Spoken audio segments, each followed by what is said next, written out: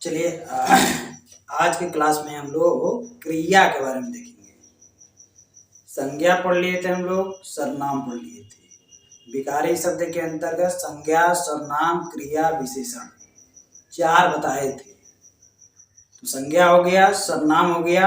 आज के कक्षा में हम लोग क्रिया देखेंगे। क्रिया किसे कहा जाता है?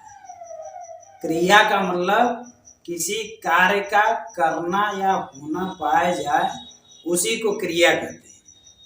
क्रिया किसे कहते हैं? किसी कार्य का करना या होना पाया जाए, उसे क्रिया कहते हैं। बहुत सामान्य सा है, बहुत बड़ी चीज नहीं है। क्रिया किसे कहते हैं? क्रिया कितने प्रकार की होती है? एकदम सामान्य सी चीज है।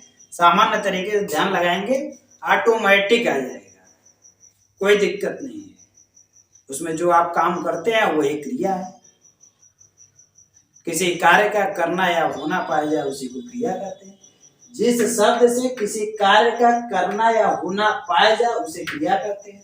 जैसे खाना, पीना, चलना, दौड़ना, सोना, रोना, पढ़ना, लिखना।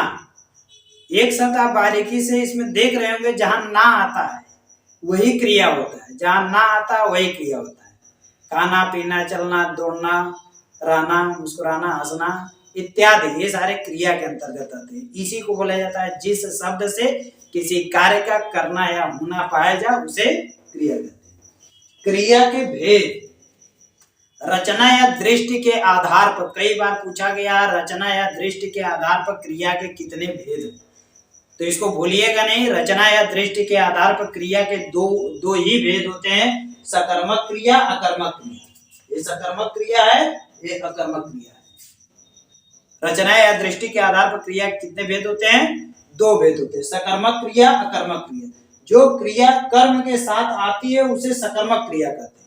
जो क्रिया कर्म के साथ आती है, सकर्मक, स मतलब साथ साथ, कर्म का मतलब कर्म। जो कर्म के साथ साथ क्रियाएं आती हैं, उसी को सकर्मक क्रिया कहते हैं। अकर्मक क्रिया, अ मतलब नहीं, कर्म मतलब कर्म, जो कर्म के साथ नहीं आती है उसी को अकर्मक क्रिया कहते हैं। जो कर्म के साथ आती है उसे सकर्मक क्रिया, जो कर्म के साथ नहीं आती है उसे अकर्मक क्रिया। ठीक, समझ में आ गया? सकर्मक क्रिया, जो क्रिया कर्म के साथ आती है उसे सकर्मक। जैसे राम फल खाता है, राम फल खाता है, राम फल खाता है, तो आप कर्म कैसे जानेंगे? इस वाक्य में कर्म कौन सा है? तो कर्म जानने के लिए क्या किसे किसको से प्रश्न करते हैं। उस वाक्य में क्या किसी किसको से प्रश्न करेंगे। जैसे राम किसको खाता है? राम फल को खाता है। राम क्या खाता है? राम फल खाता है। राम किसको खाता है? राम फल को खाता है। क्या किसी किसको से प्रश्न कर रहा है? कर्म अपने आप आ रहा है। तो कर्म को पहचानने के लिए सीधा सीधा क्या किसी किसको से आप प्रश्न करिए, उस वाक्य में कर्म अपने आप चला आएगा। तो अर्थात एक फल खाता है, राम फल खाता है। क्रिया का प्रभाव किस पर पड़ रहा है? फल पर पड़ रहा है। क्रिया का प्रभाव किस पर पड़ रहा है? फल पर पड़ रहा है, कर्ता पर नहीं पड़ रहा है। राम क्या खाता है? राम फल खाता है। तो इसको जो कर्म के साथ साथ आ रही है, इसे सकर्मक क्रिया कहते हैं। अकर्मक क्रिया, अकर्मक क्रिया के साथ कर्म नहीं रहता है।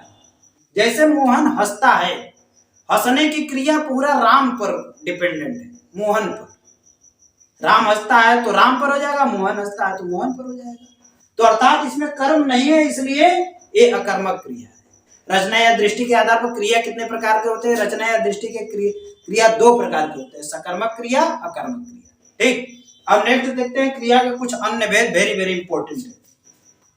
सहायक क्रिया।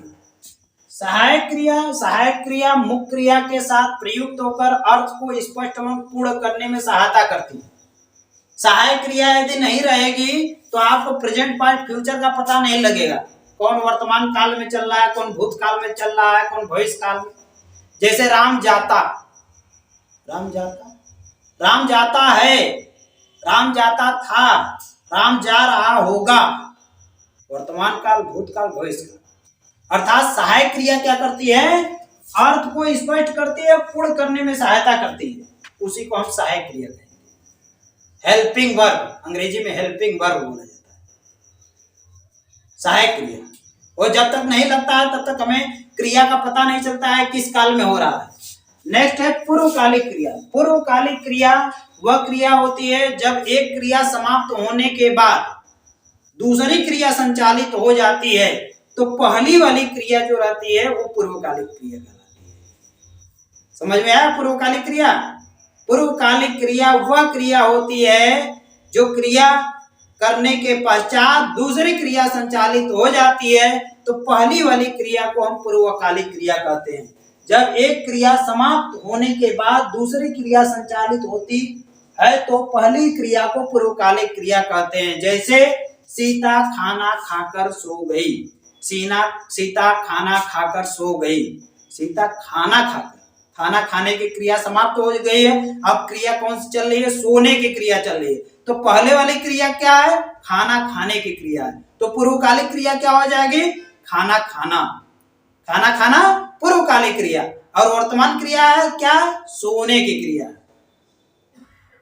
ठीक, सीता खाना खाकर सो गई। खाना खाकर कौन सा है? पूर्वकालिक क्रिया। नेक्स्ट है नामबोध क्रिया। नामबोध क्रिया वह क्रिया होती है जो संज्ञा अथवा विशेषण के साथ क्रिया जुड़ने पर बनती है। संज्ञा अथवा विशेषण के साथ क्रिया यदि जुड़ जाती है तो नामबोध क्रिया कहलाती है। जैसे लाठी मारना। लाठी क्या है? संज्ञा है। मारना क्या है? क्रिया। लाठी मारना क्या हो गया? नामबोध क्रिया। आंख मारना। आंख क्या है? संज्ञा। मारना क्रिया। आंख मारना क्या हो गया? नामबोध क्रिया। पीला पढ़ना।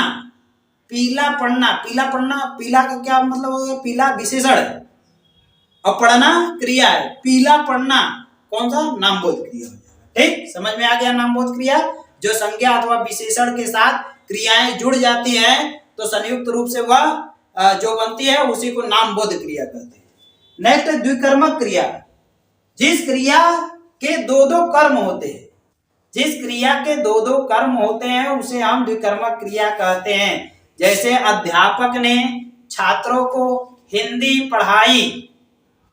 क्रिया एक ही है लेकिन इस वाक्य में कर्म दो है।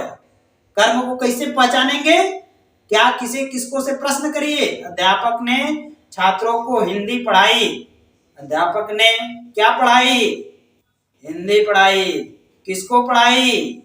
छात्रों को। दो कर्म आ गया ना, हिंदी और छात्र। दो कर्म है और कर्ता कौन है? अध्यापक है। अब क्रिया क्या हो रही है? पढ़ाने की क्रिया हो रही है। क्या है? सहायक क्रिया है। वह बता रही है वर्तमान काल में हो रही है। इसलिए अध्यापक ने छात्रों को हिंदी पढ़ाई। पढ़ाई जो है द्विकर्मक क्रिया है। पढ़ाई जो है द्विकर्मक क्रिया है। समझ में आया? पढ़ाई जो है द्विकर्मक क्रिया है क्योंकि दो इस वाक्य में दो कर्म है, एक ही क्रिया है। इस तरह के क्रिया को हम द्विकर्मक क्रिया। नेक्स्ट है संयुक्त क्रिया। संयुक्त क्रिया का मतलब जो दो क्रियाओं के मेल से बनते हैं। जो दो क्रियाओं के मेल से बनते हैं उसी को हम संयुक्त क्रिया कहते हैं। जैसे कूद पढ़ना। कूदना पढ़ना दोनों क्रिया है। कूदना पढ़ना और कूद पढ़ना ये संयुक्त क्रिया है। रो पढ़ना। डांट सुनना। डांटना सुनना ये क्या है? संयुक्त क्रिया। संयुक्त क्रिया का मतलब जब दो क्रियाएं आपस में आकर मिलती हैं तो एक नए क्रिया का निर्माण होता है, उसी को संयुक्त क्रिया कहते हैं। नेक्स्ट प्रेरणार्थक क्रिया। अभी यहां से पुलिस वाले एग्जामिनेशन में पूछा गया था, हर परीक्षा में पूछा जाता है। प्रेरणार्थक क्रिया जिस शब्द से क्रिया करने के लिए प्रेरित किया जाए। जिस शब्द से क्रिया करने के लिए प्रेरित किया जाए उसी को हम प्रेरणार्थक क्रिया कहते हैं। जैसे राम ने मोहन से पत्र लिखवाया। राम ने मोहन से पत्र लिखवाया। लिखवाया का मतलब मोहन को प्रेरित कर रहा है कि तुम पत्र लिखो। बच्चों ने अध्यापक से डटवाया। बच्चों ने अध्यापक से डटवाया। अध्यापक को कौन प्रेरित कर रहा है? बच्चे प्रेरित कर रहे हैं। किस काम के लिए? किस कार्य के लिए? किस क्रिया के लिए? डांटने की क्रिया के लिए। बच्चों ने प्रेरित करके डटवाया। बच्चों ने उसको मरवाया, अध्यापक से मरवाया, प्रेरित कर रहा है कि सर जी देखा वो मार देना में, सर जी आए, कौन मारा है जी, कौन मारा? तो उसको बच्चों ने अध्यापक को प्रेरित किया कार्य करने के लिए कि सर जी वो मारा है, हमको भी उसको भी मारिए, तो प्रेरित करके उसको मरवा देता है। तो इस तरह का प्रेरणार्थक क्रिया के अंतर्गत क्या होता है, उस शब्द से किसी कार्य को करने के लिए प्रेरित कर दिया जाता है, उसी को प्रेरणार्थक क्रिया कहते हैं। बस यही क्रिया है, और इसी क्रिया में से एक क्वेश्चन आपको पूछ लिया जाएगा। क्रिया का मतलब किसी कार्य का करना या होना पाया जाए उसी को क्रिया कहते हैं। रचना की दृष्टि से क्रिया के दो भेद होते हैं, सकर्मक क्रिया, अकर्मक क्रिया। सकर्मक क्रिया का मतलब जो कर्म के साथ आए उसे सकर्मक क्रिया कहते हैं, जो कर्म के साथ न आए उसे अकर्मक क्रिया कहते हैं। क्रिया के कुछ अन्य भेद हैं, जिसमें पहला सहायक क्रिया है। सहायक क्रिया वह क्रिया होती है जो अर्थ को स्पष्ट करती है, काल को स्पष्ट करती है कि यह वाक्य किस काल, यह क्रिया किस काल में हो रहा है, वो सहायक क्रिया बताता है। फिर उसके बाद पूर्वकालिक क्रिया। पूर्वकालिक क्रिया वह क्रिया होती है जो एक क्रिया समाप्त होने के बाद दूसरी क्रिया संचालित हो जाती है, तो पहली वाली क्रिया को पूर्वकालिक क्रिया कहते हैं। नामबोध क्रिया वह क्रिया होती है जो संज्ञा अथवा विशेषण के साथ जुड़ने के बाद जो क्रियाएं बनती है उसे नामबोध क्रिया कहते हैं। द्विकर्मक क्रिया वह क्रिया होती है जहां पर दो दो कर्म के साथ एक ही क्रिया संचालित होती है, उसे द्विकर्मक क्रिया कहते हैं। जैसे अध्यापक ने छात्रों को हिंदी पढ़ाई, हिंदी प्लस छात्र दो दो कर्म है, एक ही क्रिया है। फिर उसके बाद संयुक्त क्रिया वह क्रिया होती है जहां पर दो दो कर्म एक साथ संचालित होते हैं, उसे संयुक्त क्रिया कहते हैं। प्रेरणार्थक क्रिया वह क्रिया होती है जो किसी कार्य को करने के लिए प्रेरित किया जाता है, उसी को प्रेरणार्थक क्रिया कहते हैं। ठीक, समझ में आ गया? चलिए अगले कक्षा में हम लोग विशेषण पढ़ेंगे।